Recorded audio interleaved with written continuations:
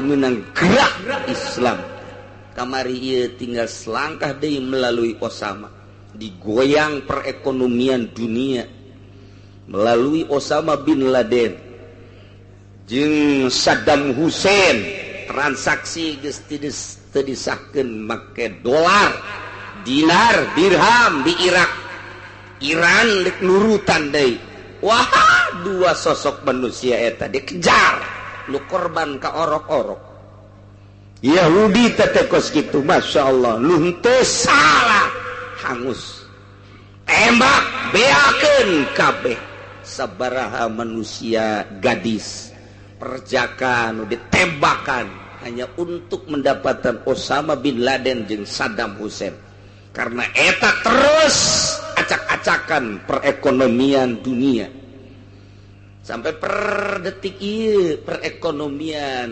Amerika yakni Yahudi can stabil ialah berkat perjuangan Osama bin Laden geus digogoreng ke berbagai negara ai positif data teh atuh dek ngagulingkeun Yahudi tinggal salangkah deui salengkah deui geus dikibarkeun bendera Islam di luar negeri Allah encan menghendaki tetap bae Saddam Hussein tumbang kemudian Osama tumbang per detik ieu masih keneh can jelas terus ngadu nu batak negara anu bom negara anu sigat negara anu motifna kabar ka urang macem-macem minyak lah emas lah dan lain sebagainya tapi batur mah berjuang teh geus teu kaharti ku urang tinggal di Indonesia orang cek Gus Dur teh udah nggak usah ngikutin perkembangan Irak botak lu nggak pokoknya mah nggak nyampe kita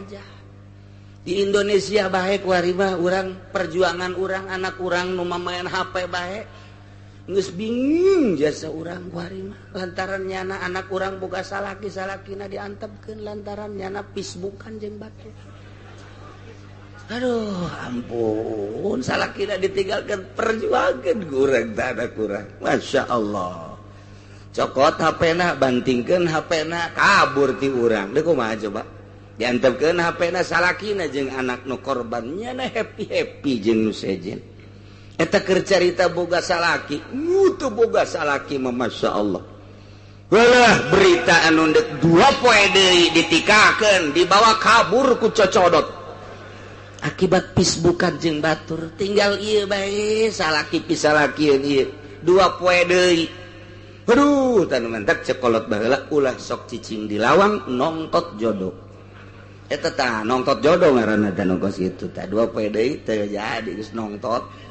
ngelepot deui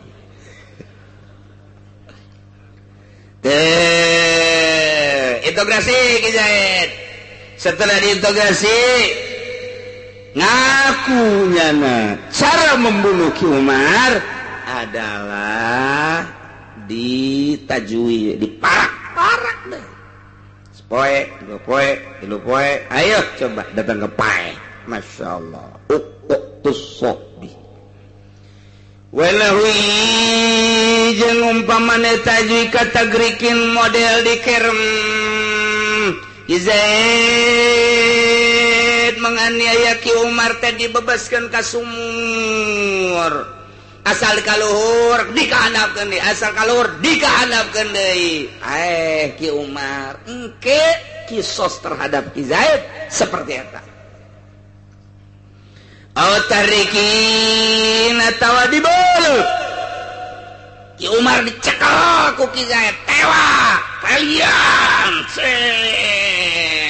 asupan awi leungeuna ditalian sukuna ditalian disate dibelum dibulak-balik ngerecek geus kebiadaban Ki Zaid Ki Umar sanggeus sapae kayawan ku ahli warisna integrasi ngakunyana membunuh Ki Umar pengakuan pembunuhan anak kumaha cara ngabunuhna ternyata seperti eta geus Ki Zaid tak diawian deui lah sukuna talian leungeuna talian huluna talian sate deui bulak-balik sak mah bandeng serang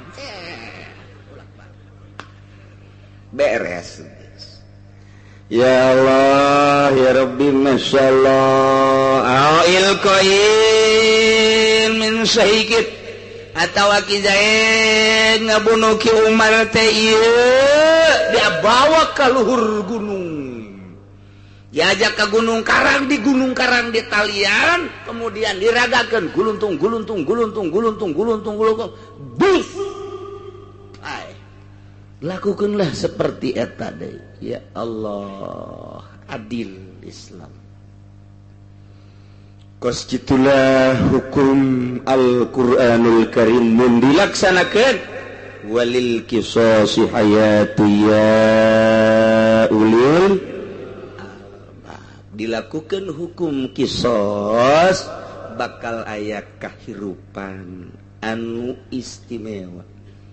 Kahirupan loh jinawi subur makmur nikmat sebab jelema dek ngabunuh cilaka aing dibunuh deui moal terjaga ku hukum qisas mun aya jelema maling potong leungeunna kanyahoan ku batur pan burut motongna berarti pamalingan ieu engke aya nu maling deui aya pelaku-pelaku nu lain teh sieun moal aing ayo urang maling sembol aing kurang kanyahoanana aing dipotong minimal sieun heula ulah waka ka Allah aturan-aturan Allah nabaikeun zina ternyata muhson ranjang asal aya nu zina muhson diranjang engkena isieun sieun enggak belah ditun sanajan awewe geus tangkarak bae cepet cakeun mung aing masih gayawan ku batur dikisos aing wah bahaya pan kuari mah tuh berbagai kalangan geus mah anak muda geus terkendali nu baroga pamajikan baroga salaki zararina henteu kumaha meureun ieu nagara moral jeung moral bangsa ieu ka ustad ngalakukeun zina ustad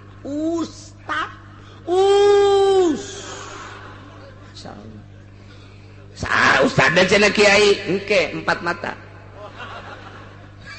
geus aya di kantong kula kabeh pasar Kemis aya sabaraha ustad anu zina Cikupa aya sabaraha ustad nu zina Belaraja sabaraha ustad nu zina naik ka Tangerang kota aya sababaraha ustad nu zina pan cenah kiai nyaho apaan awewe lah bebeja ka aing minta pertanggungjawaban tadi nama kiai kumaha cenah kula minta pertanggungjawaban pan ka aing sial orenganan aya anu mawa potona nyana make udeng-udeng make sorban sial jasa kula ditanya neng sabobogan sabaraha tahun 2 tahun cenah kiai malah mah ustad sok ngaji cenah ka dieu ka Cilong kula mah mau ngaji sia singkeun aing aduh Gusti Allah ya wadak panggih jeung beungeut da oh ieu ya awena bebeja tuh aya nu gadis awena aya nu rangda awena emang kumaha gitu bebeja panjana lantaran dipake pan atuh dibayar henteu boro-boronya angkot ge marah atuh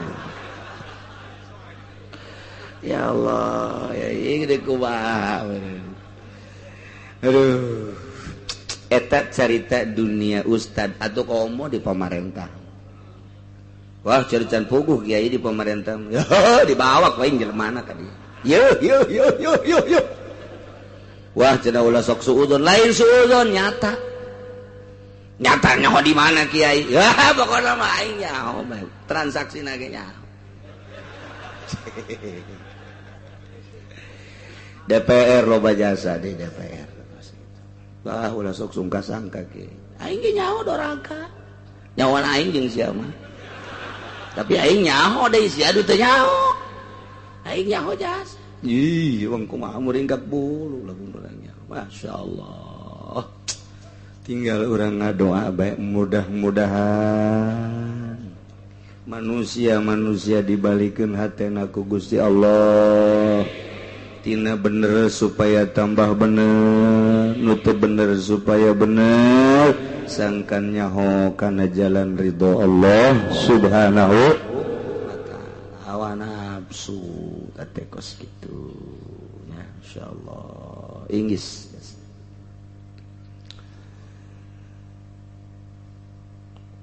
kidu walau bisirin atau aku sihir. Lamun Ki Zaid ngabunuh Ki Umar melalui sihir, emang aya ki atuh aya boro-boro urang ya Kangjeng Nabi ge kena sihir. Kangjeng Nabi kena sihir. Kok Kangjeng Nabi bisa kena sihir? Membuktikan bahwa sihir eta aya. Di zaman Kangjeng Nabi kena sihir. Kangjeng Nabi panas awakna, sanggasa panas rada mulutak molotot. Tepuguh rarasaan Kangjeng Nabi ngomong rada ngaco. Kaget Siti Aisyah kok Kangjeng jadi kieu. Akhirna malaikat Jibril turun gancang caritana bae ke dongeng dina Al-Qur'an bakal aya. Malaikat Jibril ngajelaskeun bahwa anjeun kena guna-guna Muhammad, guna-guna sumuhun. Aju kudu kumaha tuh di sumur anu aya bungkusan di dinya, aya anu ditalian tah ku benang-benang ala eta. Tuh nu mantep Kangjeng Nabi naga teh kena sihir. Qul a'udzu birabbin malikin nas ilahin nas min syarril waswasil khannas alladzi yuwaswisu fi sudurin nas minal jinnati wan nas. Qul a'udzu birabbil falaq min syarri ma khalaq wa min syarri ghasikin idza wa min syarri naffatsati fil 'uqad wa min syarri hasidin idza syarri naffatsati fil 'uqad. Ayah atuh masyaallah begitu benang diala dibukaan masukkan di amal gitu sihir. Ki Zaid datang ke Sukabumi. Sukabumi ini di mana kara? Oh, parantinya nah berarti Jampang Surade. Datang di Jampang mah tukang sihir teh Ki Haji imam masjid, masya Allah. Ulah kaget di ditu mah imam masjid ngomongna ramah, nikmat jasa ngomongna. Urang datang ka dinya, Waalaikumsalam. Saya Abdi Zaid di mana? Di Tangerang. Masya Allah, cak jadat sareng saya nyalira bae. Ya Allah, ya Allah, ya Allah, Allah, ya nah, ini sumping ka dieu. Gua abdi gaduh masalah. Oh, beres masalah mah. Langsung diantuk. Oh. Sial jasa juga. Aya naon basa aya naon. Saingan dagang di pabrik teu beres. Nu biasa diangkat ku kula ipra ku Ki Umar buang kawara teh. Ulah diantepkeun jelema kos kitu. Ngahalangan ke manukos kitu mah. Geus pokona mesrahkeun ka Pak Haji. Sial Sukabumi teh kos kitu. Rek dikumahakeun, apake rek diedankeun, rek digeringkeun, atau rek dilesukeun, atau rek sakaligus bae diberesan. Hayu, wah pokona mah eta hargana sabaraha? Wah tuh beda-beda harga mah. Tolol jasa. Cek Pak Haji mah nu kitu mah mending diberesan bae. Geus ulah dingkengkeun deui. Bahasa lagi kos gitu baru masuk gue. Cek Pak Haji mah geus ulah dingkengkeun deui. Lah nu kos itu mah jangan halangan. Ribet depan urang ge ngahalangan mah ribet. Bahasa Sukabumi eta. Asup bola Pak Haji na ka jero. Mawa anak-anakan keluar jeung jarum. Ayo dek dikumahakeun ye. lah maning diberesan ai diberesna lah ulah tanggung maning dianggeuskeun nu kos kitu di mana ieu pasar kemisna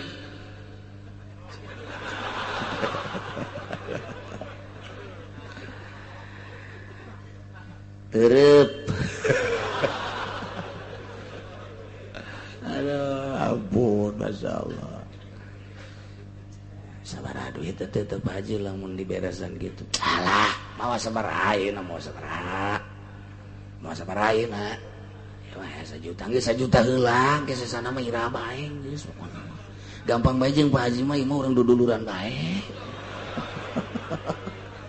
sial jasa tukang sihir di Sukabumi tolol jasa atau ikos gitu mah tuh tenang geus sok udah nyawa beres bae geus ya saha ngaranna tulis di dieu ku Pak Haji tah ngaranna cepot teh cepi wajah cepot bin alamat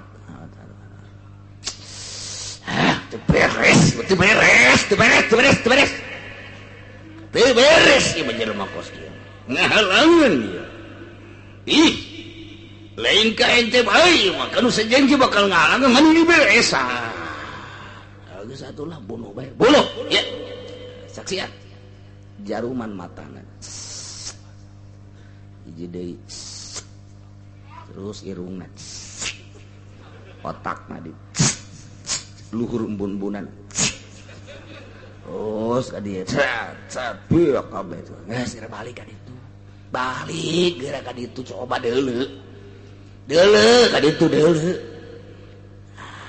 deuleu tanggis ngagoleh balik ke Zahid naik kijang ginopang bener liwat kayak macam pikir digulung-gulung kunaon eta nanya deh tolong tak Zahid nyaho cenah ngadadak ieu datang kieu bae ji ngadadak satu turun biasanya anak kadinya biasa terus ka ieu mah ngarokok hae ya pemajikan ada datang kata si mana ulin Jakarta itu cepi di Gugulu ji kunaonnya ji nyaho ngadadak ngadadak melotot bae ngadadak melotot oh geus beres ditungguan tuh can paeh bae sapoe 2 poe tuh dibere nomor teleponna Pak Haji kok can beres kitu we saya sama gerak kirim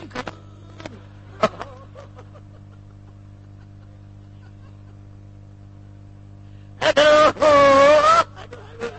aya bae asyaallah nungguan sesa teh ampun aduh begitu dikirimkeun mas ke sana sabaraha anu gede oge sih teh mah kan DP mah teh majang DP mah ya dikirimkeun bener hos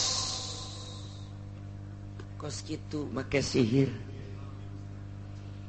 lantaran keluarga Cepi teh aya pangalaman asa teu sawajar bapak teh paeh kieu-kieu teuing disebut jantung nasehat paru-paru nasehat darah teu boga darah tinggi darah rendah teu aya kadaharan nu dipantangan bener aya nasib bati Gusti Allah ngandek neangan sababna bae ulah sambatkan yaya cek anak ki Cepi teh aduh mun kanyahoan dan kanyahoan ulah wa ka dikubur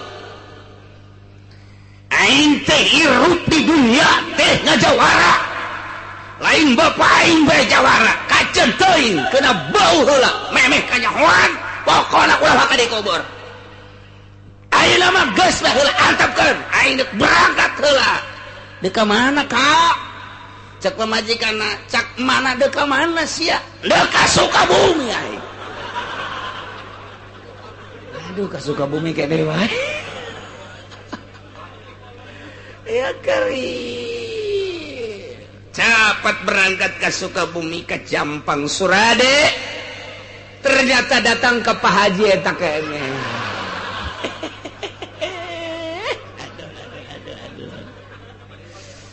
Waalaikumsalam di mana Cep abdi di pasar Kemis.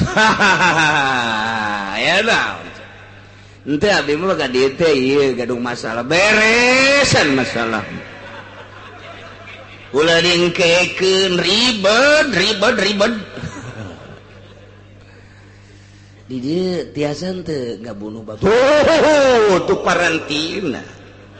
Asal ujang daek tanggung jawab bae Pak Haji mah kan sakadar usaha nu tanggung jawab mah masing-masing.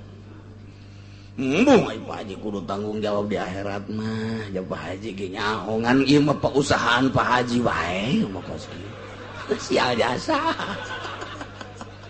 Aya usaha kos kitu tolol.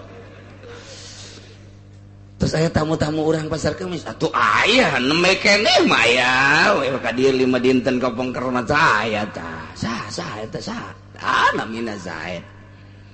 Sata nu dibunuhna aya Pak Cepi teh dibunuh. Nya Pak Cepi ja sumur kumaha kitu eta ka dieu. Boga masalah cenah di pabrik. Ujang halangan bae sok diangkat ku nyana diangkat ku Pak Cepi. Akhirnya diberes anta datana ge aya tah. Ujang boga masalah jeung sa. Teu abdi ge gaduh masalah gaduna mangan. Engke bae heula ieu mah kakarak. Oh sok pertimbangkeun bae ku Acep heula. Pertimbangkeun ge ka dede sabaraha ngaos Pak Haji. Gampil sareng Pak Haji mah. Pak Haji mah jadi duluran pun Pak Haji mah. Aduh masyaallah.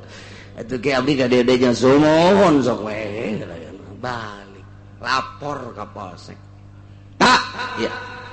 Ternyata bapak saya meninggal dari Allah hakikatnya. Tetapi sababnya ini adalah ada cucunguk. Apa itu cucunguk? Bapak nggak tahu cucunguk. Tuh, Zaid itu cucunguknya. Kamu kok bisa ngomong begitu? Gak boleh sembarangan.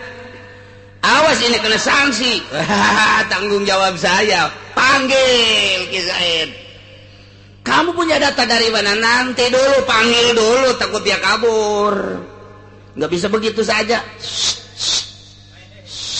Oh ya. Bisa tuh make gitu. Udah ditangkal Ambon tuh nyahun.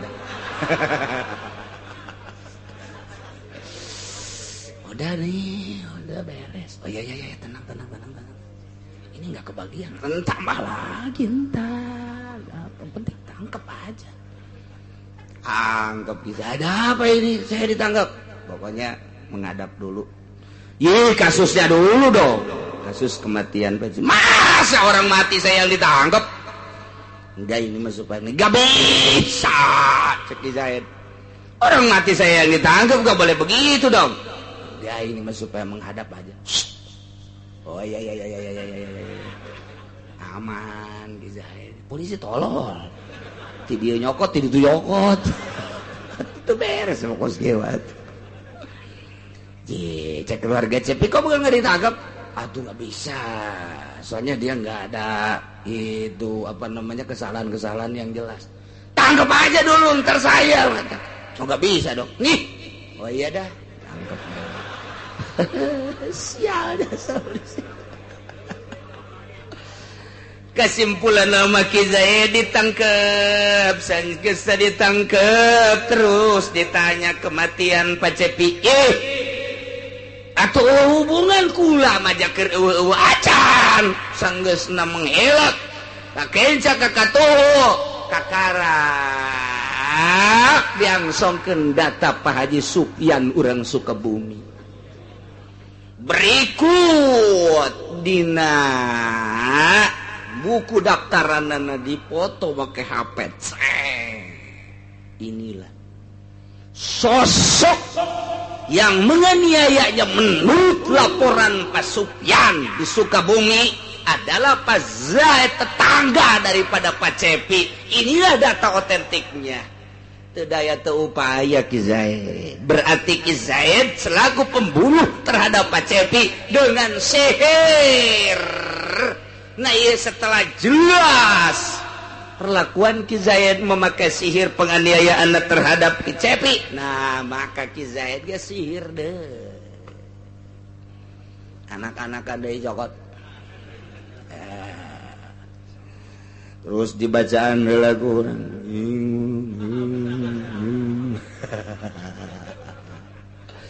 anta wadat atas nama Cepi matana colok mata anak-anakan udah dicolok nama Cepi nama di itu di polsek colok deh teu daya tuh Pak beresan beres kos gitulah sihir Masya Allah karimnya ya Allah ya Rabbi kos gitulah hukum nu berjalan di luhur bumi menurut aturan Al-Qur'anul Karim Papi Sepin pedang deui wa kadza kitu kedeh model sihir khamrun ku arak lamun Ki Zaid ngaloloh Ki Umar make arak geus walah-wah leuheut tambah whisky geus jana walah-wah tambah mensen geus mensen tambah deui coni tambah deui make pel nu leutik koneng pelna eta mata lamun diasupkeun ka dinya langsung diudak-udak paeh jelema mun diinum mun teu kuat mah naon ngaranna pel naon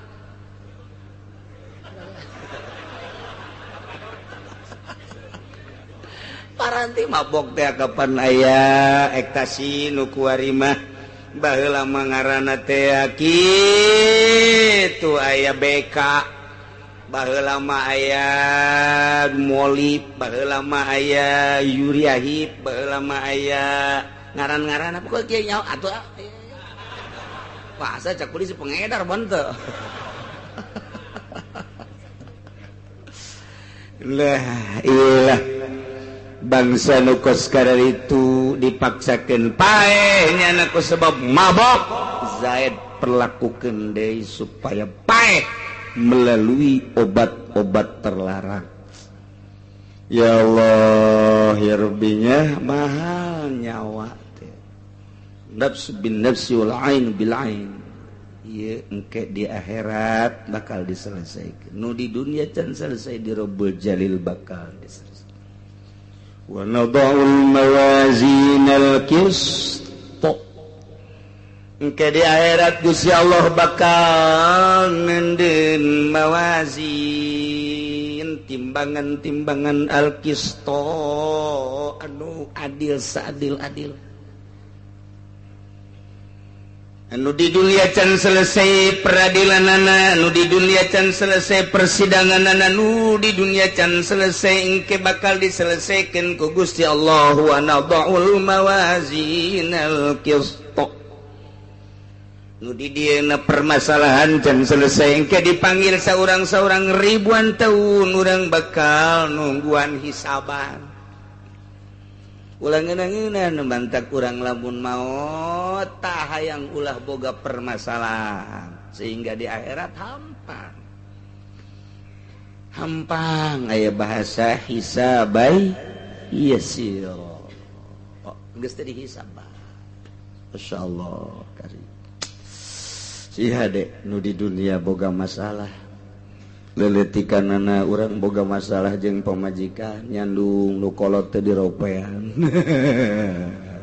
kuari wae engke dipanggil pamajikan nu kolot marahnya na ngadakwa ya Allah ya Rabbi mana peradilan Gusti nu dina Al-Qur'an dijelaskeun wa nada'ul mawazinal qist abdi dicandung Gusti setelah salaki abdi nyandung di ngora bae membes bae di nogora teu pernah ngadapakaan lahir jeung batin anak abdi ngaberayak abdi datang ke maut nah ayeuna abdi deuk minta peradilan ka Gusti panggil salaki abdi deuk kumaha coba deuk lompat ka mana salakina ngusap-ngusap ke di akhirat siapan pamajikan aing ulah kitu-kitu kumaha kituan teh baheula telak nanya-nanya acak teu bisa geus teu bisa sayang-sayangan di akhirat iyalah eta kemudian urang jeung anak teu pernah ngadidik anak teu pernah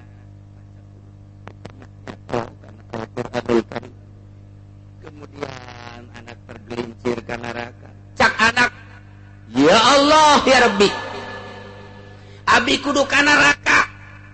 Keheula Gusti, ai kudu ka neraka sosoranganan mah. Lantaran pan abi ka neraka teh meureun teu ngarti kana agama. Nu matak abi teu ngarti kana agama pan kolot abi teu pernah masantrenkeun ka abdi. Sugan ngawurukan Al-Quran, sugan masantrenkeun sehingga abdi toto dina agama teh nyaho wudu, teh nyaho salat, teh nyaho bener lantaran bapa abdina ngan nyakolakeun bae abdi kudu kasaka neraka sorangan teu bisa tatap kudu jeung bapa abdi. Rasakeun wa nadaul mawazinal qist. Bapak Zia saha? Haji Ahmad. Orang mana sih? Cikupa. Pasar.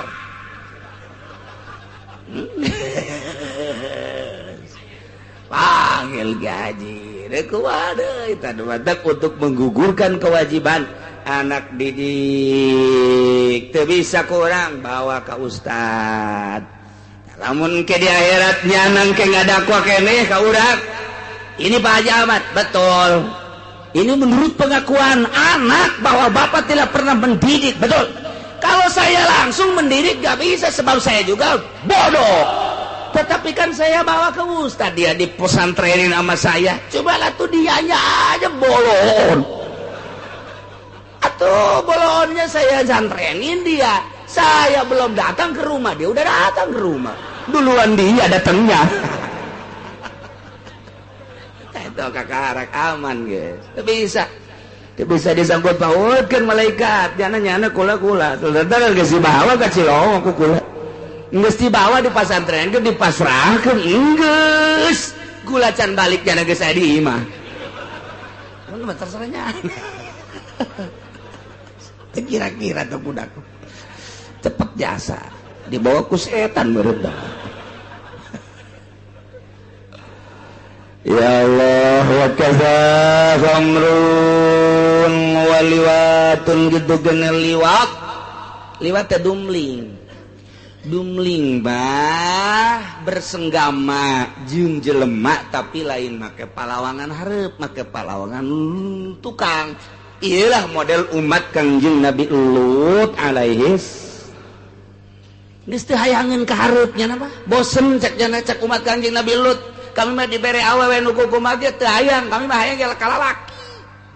Dibalikeun tah umat Kangjeng Nabi Lut ku Gusti Allah, geus teu hayangan ka palawangan hareup. Datang ka cek Kangjeng Nabi Lut tah anak kula bae nu awe teu hayang, kami mah hayang ge tamu sakitu karasepna. Kamu malaikat Jibril jeung malaikat Mikail di dumlingnya teplon banget. Kira-kira waktu itu ya malaikat jadakan sosok malaikat teh kasep jasa. Umatnya kebenaran resep kalalaki. Tete baheula di zaman Kangjeng Nabi Lut, engke di akhir zaman umat Kangjeng Nabi Muhammad ge engke aya anu boga laku lampah kos umat Kangjeng Nabi Lut alaihi salam. Nauzubillah min dzalik. Nah, lalaki paksa nonggeng sia. Teu nonggeng dibunuh sia ku aing. Nonggeng dipaksa didumling tukangna teh eta modar. Eta teh si Ki Zaid kudu ditonggengkeun deui. Tonggengkeun deui bae, didumling deui bae terus kena pae. Allah karim. Kumaha lamun jelema diparak teh dibere dahar teh dibere nginum baheula Zaid waktu maraki Umar 3 poe ka 4 pae. Kaibrak ieu mah Ki Zaid geus 3 poe ge tahan jasa tubuhna 4 poe can pae bae 5 poe can pae bae. Kagenep pagi can pae bae tak kudu kumaha geus melebihi batas. Ke minggu hareup wallahu a'lam.